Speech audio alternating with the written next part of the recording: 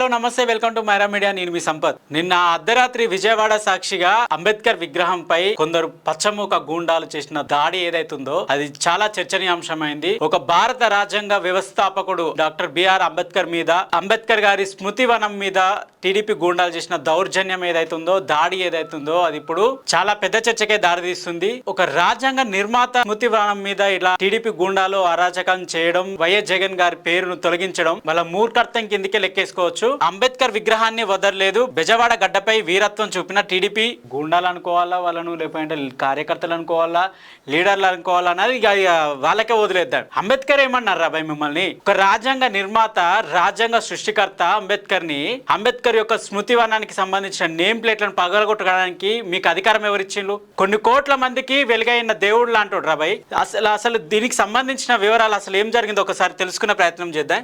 రాజ్యాంగ రూపశిల్పిపై రాజ్యోన్మాదం. బెజవాడ నడిబొడ్డున అంబేద్కర్ సామాజిక న్యాయ మహాశిల్పంపై పచ్చమూకల చీకటి దాడి. సీఎం చంద్రబాబు, మంత్రి లోకేష్ ప్రోద్బలంతో భారీ విగ్రహం ధ్వంసానికి తరలి వచ్చిన ఎల్లో గ్యాంగ్. పోలీసుల సాక్షిగా అందరినీ బయటకు పంపేసి లైట్లు ఆపేసి బరితెగింపు. బెజవాడ నడిబొడ్డున అంబేద్కర్ సామాజిక న్యాయ మహాశిల్పంపై పచ్చమూకల చీకటి దాడి. మీకు ఏదన్నా రాజకీయంగా కక్ష ఉంటే మీకు మీరు చూసుకోండి, కానీ అంబేద్కర్ ఏమన్నారు మిమ్మల్ని? మీకు ఒక చట్టాన్ని ఇచ్చిండు, మీకు రాజ్యాంగ స్వేచ్ఛనిచ్చిండు, మీ బ్రతకడానికి ఒక స్వేచ్ఛనిచ్చిండు. భారతదేశంలో ఉన్న ప్రతి ఒక్కడికి అంబేద్కర్ అంటే గౌరవం. మరి పచ్చ గ్యాంగ్ ఏమైందో అర్థమైతే కానీ మీ బుర్రల మెదళ్ళు లేదా, లేదేమైనా జారిపోయిందా? ఈ అరాచకాలు ఏంది? భయం వేస్తుందా ఏమన్నా? ప్రజలు, మీడియా అంబేద్కర్ ఆలోచన పరులు రావడంతో పరార్. అధికారుల సమక్షంలో ఉన్మాదం, సుత్తులు, ఇతర పరికరాలతో విగ్రహంపై దాడి. సామాజిక న్యాయ మహాశిల్పం బోర్డు. మాజీ ముఖ్యమంత్రి వైఎస్ జగన్మోహన్ రెడ్డి పేరు ధ్వంసం. మీడియా సమాచారం ఇచ్చినా స్పందించని సిపి. ప్రజాస్వామ్యం అయ్యిందంటూ ప్రజాస్వామ్యవాదుల మండిపాటు. పచ్చమూకడ దాడిలో ధ్వంసమైన సామాజిక న్యాయ మహాశిల్పం బోర్డు, వైఎస్ జగన్మోహన్ రెడ్డి పేరు.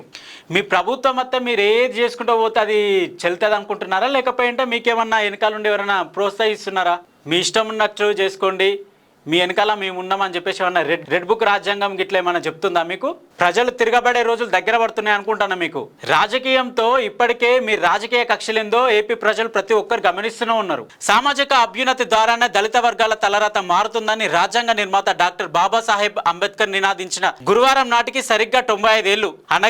అణగారిన వర్గాలకు మద్దతుగా నాగపూర్ లో 1930 ఆగస్టు 8న ఏర్పాటైన మహాసభకు దళితుల ఆరాధ్య దైవమైన అంబేద్కర్ అధ్యక్షత వహించిన రోజే ఆ మహానీయుడి విగ్రహాన్ని లక్ష్యంగా చేసుకుని విజయవాడ నడిబొడ్డున రాష్ట్రానికి తలామానికంగా ఉన్న అంబేద్కర్ విగ్రహంపై తెలుగుదేశం మూకల ఉన్మాదంతో పేటరేగిపోవడం దేశవ్యాప్తంగా యావత్ దళిత సమాజాన్ని నివ్వెరపోయేలా చేసింది. స్వయంగా ప్రభుత్వమే పూనుకుని రాజ్యాంగ నిర్మాతపై దాడికి ఉన్మత్త మూకలను ప్రేరేపించడం దేశ చరిత్రలో కనీవిని ఎరగని దారుణం. గురువారం రాత్రి కుట్రపూరితంగా అంబేద్కర్ మహాశిల్పం చుట్టుపక్కల విద్యుత్ సరఫరా నిలిపివేయించి సిబ్బందిని బయటికి తరలించి తెలుగుదేశం మూకలు భీమ్రావ్ అంబేద్కర్ విగ్రహాన్ని లక్ష్యంగా చేసుకుని సుత్తులు, ఇతర పరికరాలతో దాడికి తెగబడ్డారు.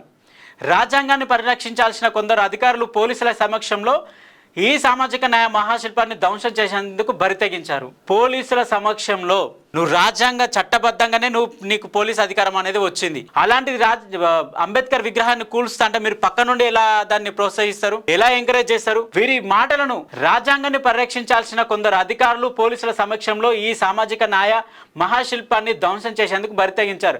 వీరి మాటలను బట్టి చూస్తే ముఖ్యమంత్రి చంద్రబాబు నాయుడు, మంత్రి లోకేష్ ప్రోద్బలంతోనే ఎంపిక చేసిన కొందరు అధికారుల సమక్షంలో ఇదంతా జరిగినట్లు స్పష్టమవుతుంది. నిజానికి గత సీఎం వైఎస్ జగన్మోహన్ రెడ్డి దీనిపై ప్రత్యేక దృష్టి పెట్టి 404.35 కోట్లతో అంబేద్కర్ విగ్రహాన్ని అత్యద్భుతంగా తీర్చిదిద్దారు. ఆయన చేతుల మీదుగా ఈ ఏడాది జనవరి 19న జాతికి అంకితం చేశారు. అధికారంలోకి వచ్చిన మొదలు పచ్చమూకలు దీనిపై కన్నేశారు. ఇందులో భాగంగానే పైనుంచి వచ్చిన ఆదేశాలతో గురువారం రాత్రి 9 గంటల తర్వాత పచ్చ బ్యాచ్ రంగప్రవేశం చేసింది. అక్కడున్న వారందరినీ బలవంతంగా బయటికి పంపేశారు. అందులో పనిచేసే కొందరు సిబ్బంది ఫోన్లను లాక్కున్నారు. మరికొందరు ఫోన్లు స్విచ్ ఆఫ్ చేసి వెళ్లిపోమని బెదిరించారు. ఈ తతంగానికి పోలీసులే కాపలా కాశారు. విగ్రహం నలుమూలలా పహారా కాసి చుట్టూ గేట్లు వేసి అనుకున్న పని మొదలు పెట్టారు. ఇంతలో ఈ సమాచారం బయటకు పొక్కింది. ప్రజలు, మీడియా అంబేద్కర్ ఆలోచన పరులు రావడంతో వారంతా పరారయ్యారు. అధికారుల పర్యవేక్షణలోనే ఈ దారుణానికి తెగబడడం గమనార్హం. పట్టించుకొని సిపి ఈ విషయాన్ని సిపికి తెలిపేందుకు మీడియా ప్రయత్నించినా ఆయన అందుబాటులోకి రాలేదు. పచ్చమూకల దాడిలో అంబేద్కర్ విగ్రహం ఏర్పాటుకు గుర్తుగా అక్కడ ఏర్పాటు చేసిన బోర్డులో మాజీ సీఎం వైఎస్ జగన్మోహన్ రెడ్డి పేరు ఉన్న స్టీల్ మెటల్ అక్షరాలు ధ్వంసమయ్యాయి. వీటిని సుత్తులతో కొట్టి మరీ ధ్వంసం చేశారు. ఎందుకు మీకు అంత భయం ఉన్నది? రాత్రి 9 గంటలకు మీరు పోవాల్సిన అవసరం ఉంది. మీకు ధైర్యం ఉంటే పట్టపాలు పోయి కులగొట్టచ్చు కదా. జగన్ పేరు ఇంటేనే భయం అవుతుందా? జగన్ పేరు ఎక్కడ కనిపించదా? ఎక్కడైనా కూడా ఏదైనా నిర్మిస్తున్నా లేకపోతే దేనికైనా ఫౌండేషన్ వేసినా లేదు అంటే దేన్నన్నా స్థాపించాలనుకున్నా కూడా ఆవిష్కరణకర్త లేకపోతే ఎవరైతే దానికి సీఎం గా ఉంటారో ఆ సీఎం నేమ్ వేయడం అది ఒక అధికారిక బాధ్యత. 2019కి ముందు నారా చంద్రబాబు నాయుడు నిర్మిస్తే 2019లో ఏ పేరు అయితే పెడతారో అదే పేరు ఉండదు కదా. శిలాపలకాలను పడగొడతారు. శిలాపలకం ఎందుకు వేస్తారో పచ్చముక్కలకు అర్థం కాకపోతే అర్థం చేసుకోండి. ఏ సంవత్సరంలో ఏది నాంది వలుకుతుండ్రు, దేనికి ఫౌండేషన్ ఇస్తాను, ఎవరు ఫౌండేషన్ ఇస్తాను, ఏ అధికార పార్టీ ఫౌండేషన్ ఇస్తుంది అనేది ఆ శిలాపలకం మీద క్లియర్ గా ఉంటది. రేపు పొద్దున్న రోజున ఇది మీ చంద్రబాబు నాయుడు వేసిన గ్యారెంటీ ఉండదా? మీ చంద్రబాబు కనుక ఒక శిలాపలకం వేసుకొని దాన్ని వైసీపీ వాళ్ళు కూర్చేస్తే ఇది ప్రజాస్వామ్యం కదా. మీ రెడ్ బుక్ రాజ్యాంగ పాలన కాదు కదా. ఇది ఒక అంబేద్కర్ నీ రెడ్ బుక్ రాజ్యాంగ పాలన రావడానికి కూడా అంబేద్కర్ కారణమే అని చెప్పుకోవచ్చు. దీని పక్కనే సిపి ఆఫీస్ ఉంటది. దీని కొంచెం దూరంలో గవర్నర్ ఉంటాడు. దీని కొంచెం దూరంలోనే డీసీ ఆఫీస్ ఉంటది. నడి బొడ్డున ఉన్న అంబేద్కర్ విగ్రహానికే ఇంత అవమానం జరుగుతుంటే రేపు ఏపీ ప్రజల పరిస్థితి ఏంది? దీనికి సంబంధించి అక్కడికి మీడియా, ప్రజలు, అంబేద్కర్ సానుభూతి పరులు, తర్వాత అంబేద్కర్ ఆలోచన పరులు రావడంతోనే మీరు ఎందుకు పారిపోవాల్సి వచ్చింది?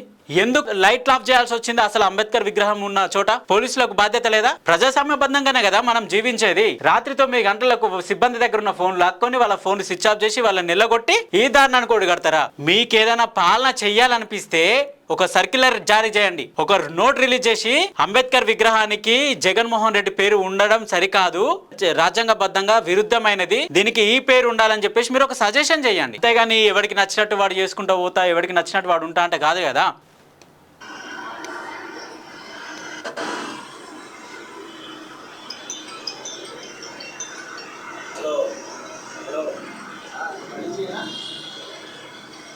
ఇగో ఇక్కడ మనుషులు కనిపిస్తున్నారా?